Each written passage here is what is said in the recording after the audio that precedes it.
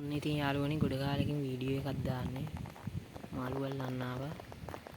බලමු අපි මාළු අහුවේවිද කියලා.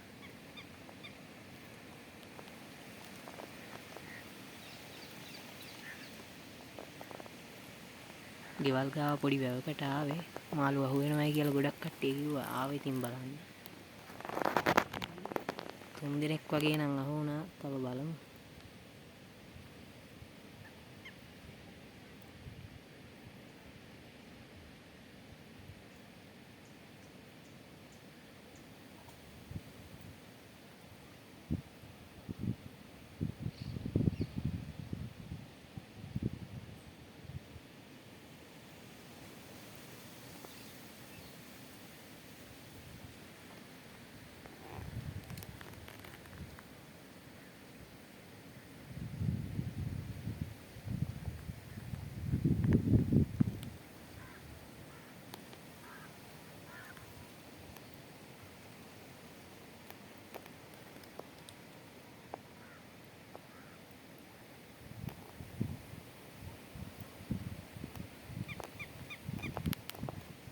යාළුවට පේනවා ඇති යාළුවනේ අන්නම එන්න අහුවෙච්ච එකයි.